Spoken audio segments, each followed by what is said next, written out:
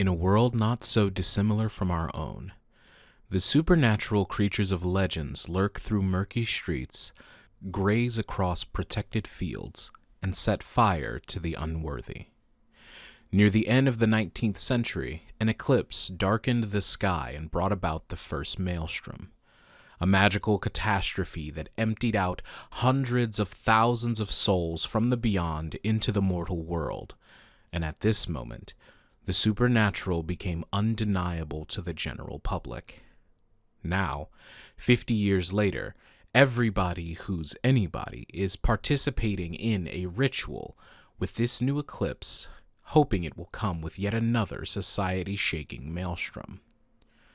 Many varied companies and forces are jockeying for position to be the ones who benefit the most from this supernatural moment in time.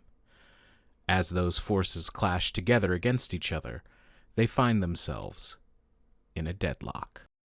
Hello, my name is The Riddler, and welcome to The Question Circle. Specifically, welcome to our series uncovering the lore of the world behind Valve's newest MOBA endeavor, Deadlock. The allusions I made in the intro tell a large chunk of the beginning of the story of Deadlock, and honestly, I think Deadlock has very cool lore, despite the fact that it's a little bit hard to get your hands on unless you know where to look. So, let's start with a meta question. What is the point of this video and the videos that will come after? Well, if you're new to the channel, I also cover the in-game lore of Marvel Rivals. I've always been a fan of the way that the story of a game or character can influence the design and the intent behind the design. And in some instances, it even explains why certain characters are the way they are, or are balanced a certain way, or do have abilities that you would expect, or don't have abilities that you would expect. I think that despite it being rather sparse at this exact moment, considering the plans Valve has for the story, this might be one of Valve's best stories that they have told since the days of Portals and Half-Life 2. Secondly, I'm a theory crafter at heart, and with so many juicy little nuggets of story hidden in various corners around this game, I am simply too interested to keep bypassing the story, and this video was honestly inevitable. Alright, enough rambling. So, as I mentioned, in the year 1899, a maelstrom vomited up a bunch of souls into the mortal world, revealing to the public that the world was full of mythical and supernatural creatures. While it's easy to assume that Deadlock was basically our world before then, I think there's one major difference in how to perceive this version of Earth. See, the maelstrom did not create the supernatural. The dumping of souls didn't make vampires or werewolves or anything like that. It was simply an event on such a scale that the public couldn't be lied to by the powers that be anymore. The secret was out. But that means that these things have always existed. Vampires, jinn, whatever the hell Maurice is. These things have always existed in the world of Deadlock. There are many organizations and companies that actively were vying over what was once secret magical power. And now that vying is approaching its apex. After the 50 long years of the public adjusting to demons and vampires and the Loch Ness Monster all being confirmed scientific truths, we are finally getting another eclipse. Now, from my understanding, nobody knows explicitly what the second maelstrom will really even do, but they definitely want to be ground zero for whatever new opportunities might arise.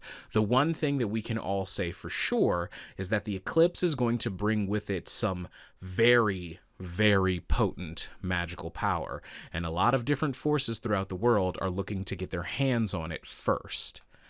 However, this vague understanding of this magical event has been given quite a focus lens.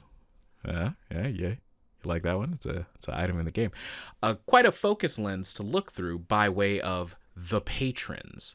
While they are largely shrouded in mystery, the patrons are extraplanar gods who, if one purported fledgling god is to be believed, have waited for centuries to be summoned to Earth in this way. And summon they aim to be. There are cults, various, numerous cults that live in service to these extraplanar gods, and they have used their seemingly endlessly expanding influence to recruit heroes from anywhere and everywhere to assist in eliminating their particular patron's direct rival. The two patrons that we know of at present are the Hidden King, formerly known as the Amber Hand, and a clear reference to The King in Yellow, an eldritch horror story written by Robert W. Chambers. It's pretty great. You should probably go check it out. And his eternal rival, the Archmother, formerly known as the Sapphire Flame. The Archmother seems to present herself as an overall benevolent figure, whereas the Hidden King has no qualms about being what he seems to be. But who can truly discern the motives and machinations of creatures such as these? Well, the people that get the closest are definitely their heralds. And now I get to explain something that I have seen people talking about and asking for answers for, which I explicitly know the answer to. The voices that we hear when we are playing for either side in this game is not the direct voice of the patron. That is to say, the actual 20-foot tall avatars of spirit that we see inside of our bases are not the same voices that are speaking into our minds telepathically to announce things like, your teammate has died again, or your guardian is under attack, etc., etc. Mid-boss is summoning and all of that good stuff. We know for a fact that, like a proper eldritch horror, the patrons do not speak directly to these random hired mercs participating in the ritual, but instead they speak through a herald that they have, presumably their head cultist, that they filter their intent and wishes through. Now, we as the players don't know explicitly who these heralds are, or if they even have a name or will ever appear in the game whatsoever beyond the presence that they currently have.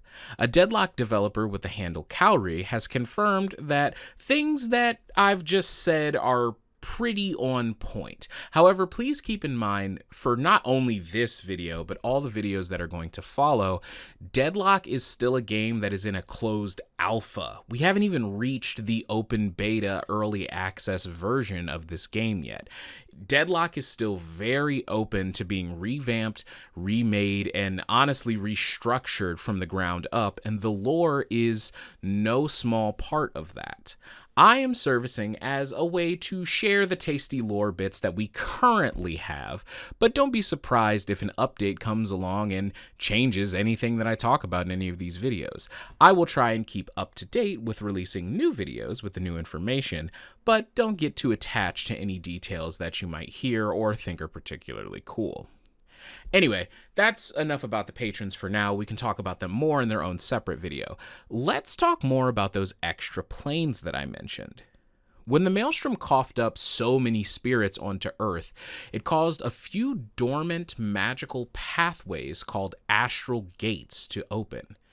These astral gates are swirling portals of energy, rifts in time and space that connect Earth to the outer planes. While it is obvious that the maelstrom awakened the 7 confirmed astral gates on Earth, not much else is known about them. In fact, everyone's favorite black hole professor found himself atomized upon attempting to learn more. Suffice to say that these are very dangerous magical phenomenon, and to investigate them on really any level has led to unsavory results. So, the exact mechanics of how astral gates work are still currently a mystery. While we have explicit mention of 7 astral gates, only 5 have ever been properly mentioned by location, and one of those 5 is actually just rumored. It's not even confirmed to actually exist. The 7 gates that we know of are in the following locations. There is the New York Astral Gate. Obviously, this one is the most well-known, and it is also the gate that atomized Dynamo. In Europe, there is the most recently discovered gate, which makes it the 7th of the ones that we know of. There's also one in Puerto Rico, which upon discovery resulted in the annexation of Puerto Rico by the United States. History rhymes and repeats itself. There is also the rumored gate in the Arctic Circle, which would be the 8th if it is confirmed to exist, and originally the expedition to confirm its existence was by the very same science team that our friend Kelvin was a leader of. However, due to circumstances that we can speculate on in his video, Kelvin was the only body ever recovered, and he could not confirm the existence of that gate. Lastly, there is the Astral Gate within the Atlantic Ocean, specifically within the Bermuda Triangle. According to Viscus, the Loch Ness Monster first escaped from within that Astral Gate. Viscus has also journeyed up from the deep in the first place because something supposedly worse has recently slithered through that gate. And while we don't know which one or where it is exactly, one of the astral gates is connected directly to the plane of Ixia, where demonkin are commonplace. This is where the heritage of Infernus finds its roots, and also directly where the young prince of Ixia, Apollo, is hailing from in the game. Now, if you've played Deadlock for really any meaningful amount of time, you have surely heard your fair share of various corporation names. The Baxter Society, the OSIC, etc., etc. There are honestly too many to cover in one video without it being like 45 minutes long. So instead, what I'll be doing is when I talk about a character in a future video and I deliver their character profile, if they are directly related to a group in particular, like Shiv and the Baxter Society, the full breakdown of that society will be in that video. Cool? Okay, cool. Now, with that being said, there are a sparse few corporations that, as of the time of recording, do not have strong ties to any particular playable character or affiliations to plot threads that are related to those characters. So, we can talk about those corporations very quickly. First up is the New York Oracle. Having operated for over 20 years in the heart of downtown New York and selling their paper for a scarce 5 pennies per issue, the Oracle brings the news, gossip, and reportings of the world to the people of the Cursed Apple. Through the voice lines of the New York Oracle, which you can find at a stand in any lane in the game, we have a treasure trove of lore to go through. So much, in fact, that I can't really talk about all of it in this video either, but here are a few of my favorite highlights just so I'm not too much of a tease. We learn from the New York Oracle that South Ixia is the 52nd state of the United States, and said state is currently embroiled in a military campaign, and apparently the Oracle provides tips for how to safely travel to and from Ixia. We also find out about Eldritch Tactical Solutions, which is a subsidiary offshoot company of the much more famous Fairfax Industries that is in the business of soldiers of fortune who take advantage of all the weapons being produced by their mother companies, presumably. And it is also targeted by the precocious Pocket for destruction. On top of that, we learn that both of the patrons' cults are actually not secretive whatsoever. In fact, they're extremely public. They've been telling people for who knows how long that they have been providing safeguards to ensure that the patrons stay on their home plane, which, considering the conceit of the ritual that we're currently embroiled in, seems pretty false, but it does technically remain to be seen. Another group that we hear about is founded by the descendants of John Hawthorne and thusly is being targeted by Vindicta, Grey Talon, Moen Krill, Infernus, Ivy, among others, so they're not very popular folks. And lastly, there is the Municipal Coven. Described as the primary caretakers of New York, they're the ones who have built the Spirit Urn, as well as capturing invasive species from other realms. Heavily interesting about this particular company is, if you recall earlier, I mentioned that I wouldn't bring up a company if it had direct ties to playable characters. Well, the Municipal Coven is actually related to a character that exists, but we can't play as him anymore. Trapper was, at one point in time, a character that existed in the now discontinued Hero Labs game mode of Deadlock. Hopefully, we'll one day see Trapper, amongst the many other heroes that were in that game mode, make their triumphant return to the game. But that is something that we will get to in the future, my friends. For now, that is all that I have for you. Thank you all so much for making it to the end of the video. If you like the video, like the video. If you have a comment to share, please leave it down below. We'd love to have you here in the question circle if you feel so inclined to subscribe. And hopefully you enjoyed the first video of Deadlock on my channel. I actually got invited to Deadlock in one of the first closed alpha waves. I never got super into it because MOBAs take a lot of time to process and understand, and mixing a shooter, which is not my primary genre, into that, it put me off for quite some time.